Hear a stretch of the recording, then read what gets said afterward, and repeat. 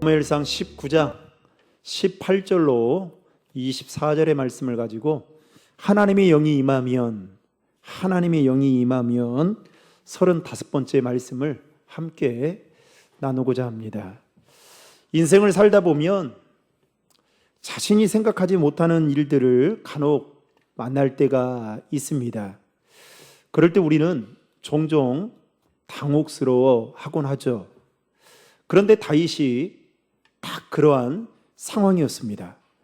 다윗은 사무엘 선지자를 통해 왕으로의 기름 부음을 받고, 그리고 블레셋 장수였던 골리앗과 싸워 승리를 하면서 그의 인생은 마치 예언이라도 할 수 있듯이 날개를 펴는 것 같아 보였습니다. 그런데 전혀 예상하지 못한 일들이 일어나게 되면서 다윗은 사울 왕의 시기와 미움을 받게 되고, 그리고 이로 인해 그의 목숨이 이태로운 상황까지 직면하게 되면서 급기야 다윗은 도망을 치게 되는 상황에까지 이르게 됩니다. 아마도 다윗은 자신이 처한 이러한 상황들에 대해서 좀처럼 이해가 되지 못했을 것입니다. 왜냐하면 다윗은 그동안 우리가 말씀을 통해 살펴보았듯이 직접적으로 사울 왕의 심기를 불편하게 했다거나, 또는 그가 사울 왕을 왕의 자리로 내려오기 위해서 그를 모함을 했다거나, 아니면 다른 사람들과 작당을 해서 왕의 자리를 넘봐야겠다라는 이런 생각들을 그는 단 한 번도 한 적이 없습니다. 그런데 그렇게라도 했다면 지금 자신이 처한 이러한 상황들에 대해서 조금은 이해가 될 수 있겠지만, 다윗은 그렇게 하지 않았는데도 불구하고 지금의 상황들에 대해서 다윗은 이해가 되지 않았을 것입니다. 여러분, 그때 당시 다윗이 한 일이라고는 이렇습니다. 아버지의 심부름을 통해서 형들이 있는 전쟁에 가게 됩니다. 그리고 그곳에 갔더니 이스라엘을 모욕하고 이업하는 골리앗을 보고 영적인 분노를 느끼게 됩니다.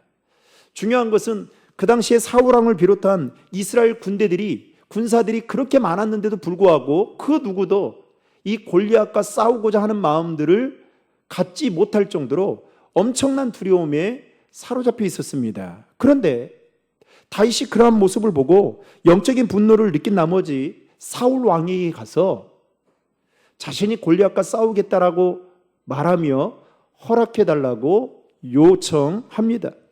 그래서 가까스로 사울 왕의 허락을 받아 이제 골리앗과 싸움을 하러 가게 되죠. 그래서 거기에서 승리하게 됩니다. 그리고 그 후에 다윗은 악령에 시달리는 그 사울 왕을 위해 수금을 타서 마음을 진정시켜주는 일을 했습니다. 여러분, 우리는 성경에서 그냥 악령이라고 말을 하니까 여러분 그냥 그런갑다 싶지만, 여러분, 악령에 사로잡힌, 귀신에 사로잡힌 사람들을 여러분들을 직접 만나보셔야 돼요. 그래야 진짜 압니다. 제가 대학교 전까지만 해도 제 주변에는 교회에서도 그랬던 것 같아요. 그리고 제가 사역을 하면서도 그랬던 것 같은데, 이 간질병 환자들이 참 많았던 것 같습니다. 근데 여러분, 간질병 환자들 만나면 어떻게 되는지 아십니까? 이 밥 먹다가도 푹푹 쓰러져요. 근데 쓰러지고 막 이 거품을 누는데요, 이게 너무 무섭습니다. 처음 경험한 사람은 정말 무서워요. 근데 더 중요한 것은 뭐냐? 그렇게 쓰러졌을 때 누가 와서 이렇게 도와준다고 도와줘도 전혀 그분들에게는 도움이 되지 않습니다. 가만히 내버려 두면요, 나중에요 아무렇지 않게 일어서는 걸 보게 돼요. 그러면 깜짝 놀랍니다. 그런데 여러분, 간질병 환자가 아니에요. 사울은 지금 악령이 사로잡혔습니다. 귀신에 사로잡혔단 말이죠. 그러면 여러분, 귀신에 사로잡힌 그 옆에서 다윗이 여러분 수금을 탄다? 여러분 얼마나 마음이 불안할까요? 얼마나 그것을 보고 있는 다윗이 마음이 여러분 어땠겠습니까?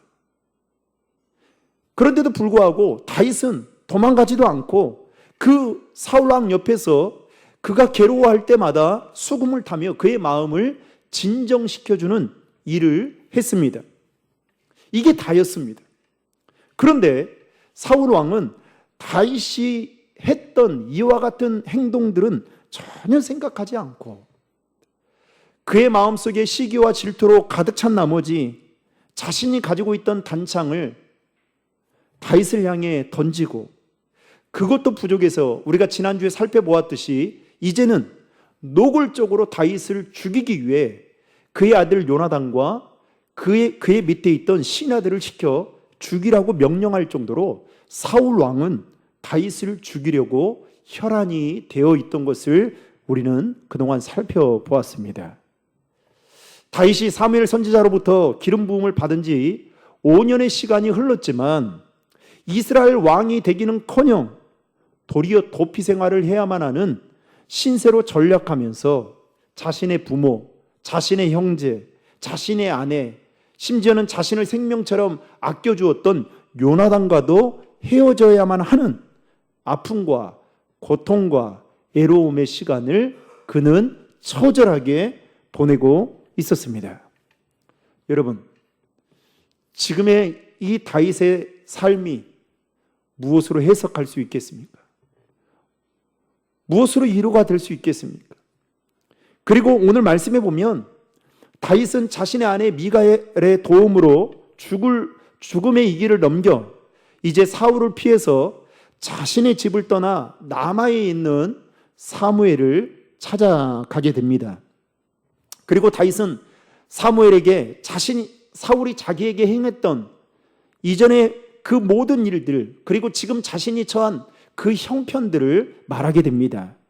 그러자 이 사무엘 선지자는 다윗을 데리고 이제 라마에 있는 라요스로 가게 됩니다. 그곳에서 그와 함께 이제 살게 되죠. 여러분, 여기서 나옅이라는 이 지역의 이름이 아닌 초소라는 의미의 말인데요. 다른 성경에 보니까 이 나옅을 무엇으로 번역하고 있냐면 기숙사라고 표현하고 있습니다. 한마디로 말하면 라마에 있는 나옅은 학생들이 거하는 기숙사와 같은 처소를 말하고 있는 것입니다. 즉 라마에서 사무엘 선지자가 세우고 지도하는 선지자 학교 같은 것이었습니다. 사울 왕을 피해 이제 숨을 곳을 찾던 다윗은 라마에 있는 나옅으로 인도함을 받게 됨으로 인해 인생의 새로운 경험을 하게 됩니다.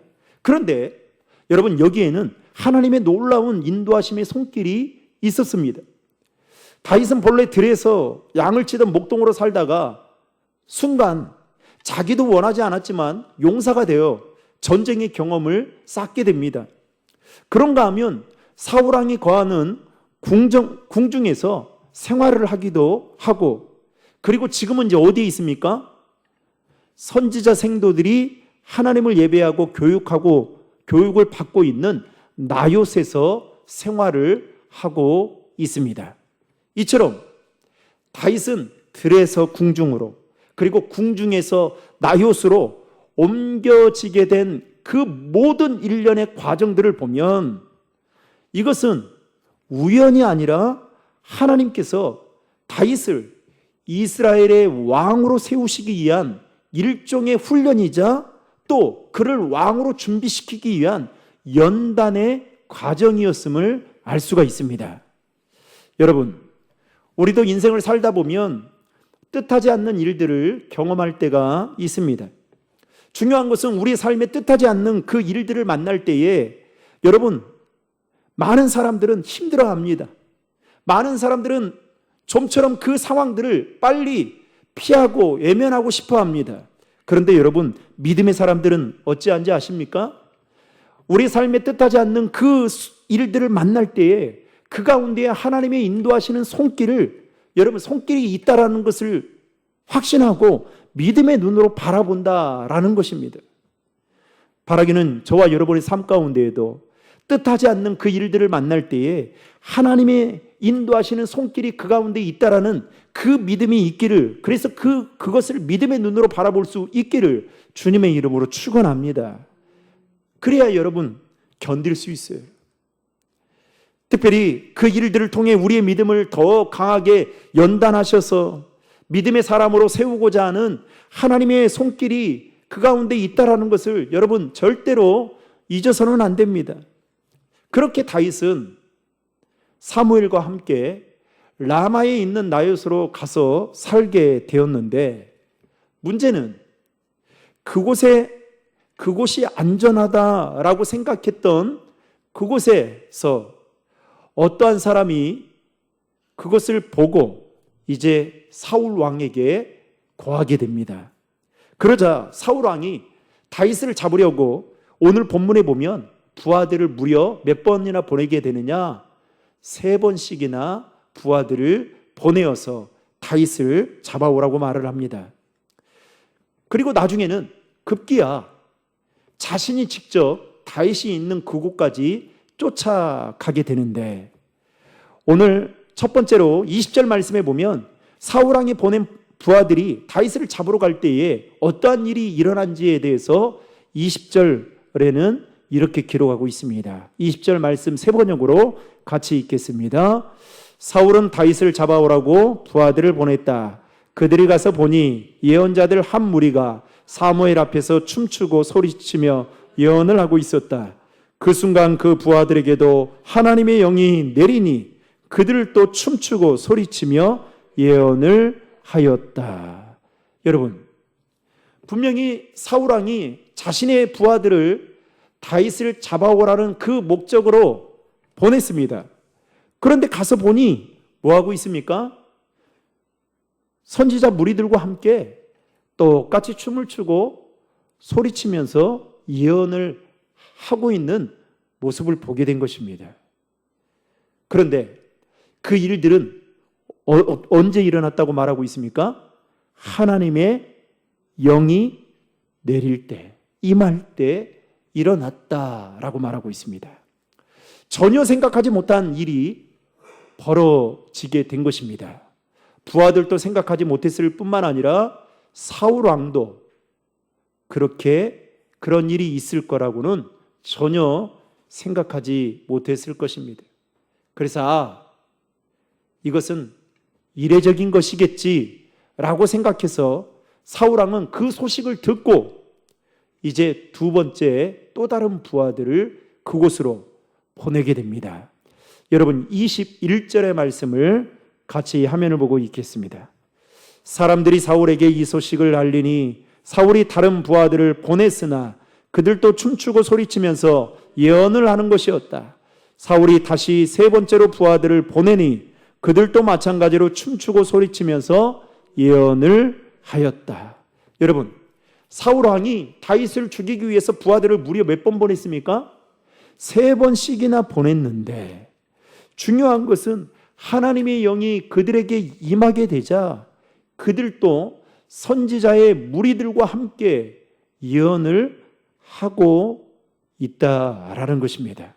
이처럼 사울 왕은 3번씩이나 반복해서 부하들을 보냈지만 그가 계획하고 그가 이루고자 했던 그 모든 일들은 하나님의 영이 임할 때에 허사로 끝이 났던 것을 우리는 성경을 통해서 확인하고 있습니다. 그래서 사울 왕이 자신이 보냈던 부하들이 돌아오지를 않는 겁니다. 자신이 계획한 대로, 자신이 생각한 대로 일이 진행되지 않으니까 잔뜩 화가 났겠죠. 그래서 보다 못해 이번에는 자신이 직접 라마에 있는 나요스로 가게 됩니다. 그리고 사울은 그곳에 도착을 하게 되죠. 그래서 사무엘 선지자와 다윗이 어디 있는지 재차 확인을 한 후에 라마에 있는 나요스로 가게 될 그때에, 여러분 오늘 23절 말씀에 보면 어떤 일이 벌어지느냐 성경은 말하고 있는데요. 23절의 말씀 다 함께 읽겠습니다. 사울이 거기에서 라마의 나요스로 가는데 그에게도 하나님의 영이 내려서 그는 라마의 나요스에 이를 때까지 계속하여 춤추고 소리치며 열광 상태에서 예언을 하며 걸어갔다. 아멘.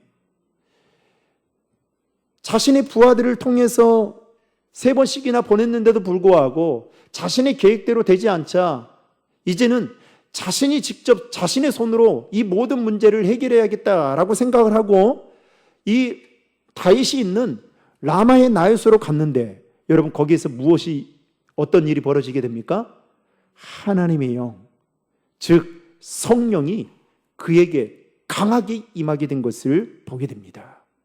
그 순간 그도 자신의 부하들과 그리고 선지자들의 무리들과 똑같이 춤추고 소리치며 예언을 하고 심지어는요 24절 말씀에 보면 여러분 뭐라고 말하고 있냐면 그날 하루 밤낮을 벗은 몸으로 쓰러져 있더라. 심지어 종일 벌거벗은 몸으로 누워있는 사울왕의 모습을 우리는 성경을 통해서 보게 됩니다. 여러분, 오늘 여기까지 말씀을 우리가 살펴보면서 여러분 무슨 생각이 드십니까? 하나님의 영이 강력하게 사울왕과 그의 부하들에게 임하게 되자 자신들이 생각하고 자신들이 계획하고 하고자 했던 그 모든 일들이 뭘로 끝난다고요? 수포로 돌아가는 것을 볼 수 있습니다. 그리고 사울왕은 심지어 자신이 그곳에 간 목적을 완전히 잃어버린 채 왕으로서의 채통을 다 벗어던지고 벌거벗은 몸으로 여러분 누워있는 조롱거리가 된 것을 우리는 말씀을 통해서 확인할 수 있습니다. 오늘 말씀을 통해서 우리가 주목해야 할 점은 하나님의 영, 즉 성령이 사울왕과 그의 부하들에게 임했을 때에 그들은 완전히 새로운 사람, 딴 사람이 되었다라는 것입니다. 그리고 하나님의 영이 그들에게 임하게 되자 그들의 계획은 단번에 수포로 돌아가게 된 것을 볼 수가 있습니다.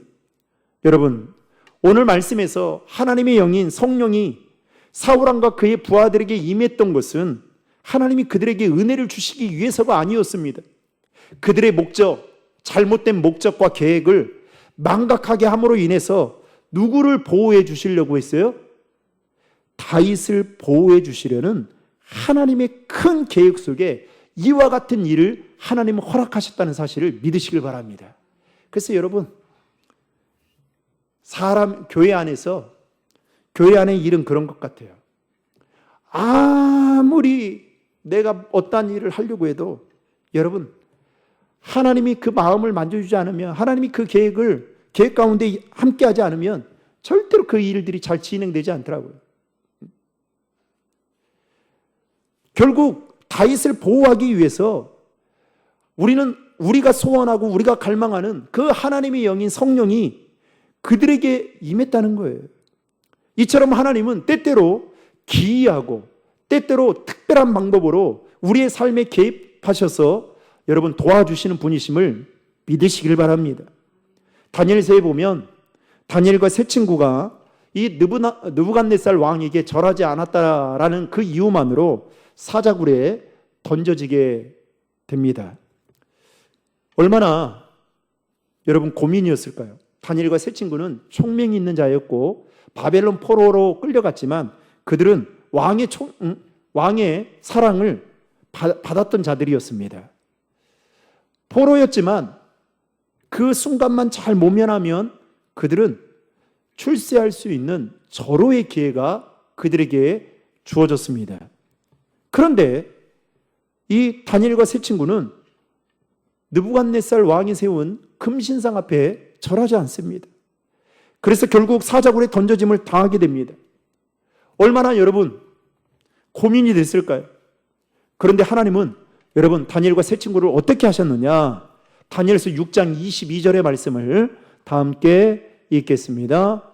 나의 하나님이 이미 그의 천사를 보내어 사자들의 입을 봉하셨으므로 사자들이 나를 상해하지 못하였사오니 이는 나의 무죄함이 그 앞에 명백함이 오며 또 왕이여 나는 왕에게도 해를 끼치지 아니하였다이다 하니라. 아멘. 여러분, 하나님이 어떻게 하십니까? 천사들을 보내어서 사자들의 입을 틀어 막으셔서 다니엘과 세 친구를 지켜주셨다라는 것입니다. 사랑하는 성도 여러분, 하나님은 이처럼 하나님의 자녀인 우리들의 삶에도 때로는 이와 같은 방법으로, 특별한 방법으로 우리를 도와주시는 분이심을 믿으시기를 주님의 이름으로 축원합니다. 여러분, 이 믿음이 있어야 돼요. 그래야 타협하지 않을 수가 있고, 그래야 세상 유혹에 굴복하지 않을 수 있는 것입니다. 성경에 보면 하나님의 영인 성령이 임하게 될 때에 나타나는 공통적인 몇 가지의 특징들에 대해서 소개를 합니다. 말씀에 보면 두려움이 사라져요. 그래서 성령이 임하게 되자 두려움이 사라지고 담대하게 복음을 전하는 사람들이 늘어납니다. 더 나아가서 성령이 임하게 되자 죄인들이 회개하고 새로운 삶으로 변화가 되기도 하고요. 성령이 임할 때에 치유와 이적 그리고 영적인 은사들이 나타나게 된 것을 우리는 성경을 통해서 보게 됩니다. 더 나아가서 성령이 초대교회 가운데 성령이 임하게 되자 여러분 성도 간에 서로 사랑하고 하나가 되고 심지어는 자신이 가지고 있던 그 물건들을 서로 팔아서 서로 통용하는 나누어주는 놀라운 사랑의 교제가 여러분 나타나기도 하고 또 때로는 성령께서 임하게 되자 사역의 길을 여시기도 하지만 때로는 가로막았던 것을 우리는 성경을 통해 볼 수가 있습니다. 그리고 오늘 말씀에도 보면 하나님의 영인 성령이 임하게 될 때에 다윗을 어떻게든지 잡아 죽이려고 했던 사울왕의 모든 계획들이 수포로 끝이 나고 그리고 하나님의 영이 임하게 될 때에 당대 최고의 권력을 가지고 있던 사울왕도 종일 벗은 몸으로 누워 있을 만큼 꼼짝달싹하지 못할 정도로 그는 아무것도 할 수 없는 사람임을 우리는 성경을 통해서 보면서 결국 이와 같은 일은 하나님께서 다윗을 위기 속에 있던 다윗을 지켜 보호해 주시기 위해서 이와 같은 일을 행하셨다라는 것입니다. 로마서 8장 26절 말씀해 보면 하나님의 영인 성령은 우리의 연약함을 도우시고 우리가 마땅히 기도할 바를 알지 못할 때에 우리를 대신하여 탄식함으로 기도하시는 분이시다라고 말씀하고 있습니다. 그리고 그 하나님의 영인 성령님은 우리로 하여금 하나님의 뜻을 이루게 하시는 분이시다라고 말씀하고 있죠. 그러므로 사랑하는 성도 여러분, 하나님의 영인 성령을 사모하며 그 성령을 구하는 자들이 되시기를 주님의 이름으로 축원합니다. 더 나아가서 성령 충만을 위해 놓고 여러분 기도할 수 있기를 바랍니다. 그리할 때 하나님은 강구하는 자에게 성령을 부어주셔서 우리의 삶을 변화시켜 줄 뿐만 아니라 세상 속에서 예수 그리스도의 증인된 삶을 살아갈 수 있도록 우리를 인도해 주실 것입니다.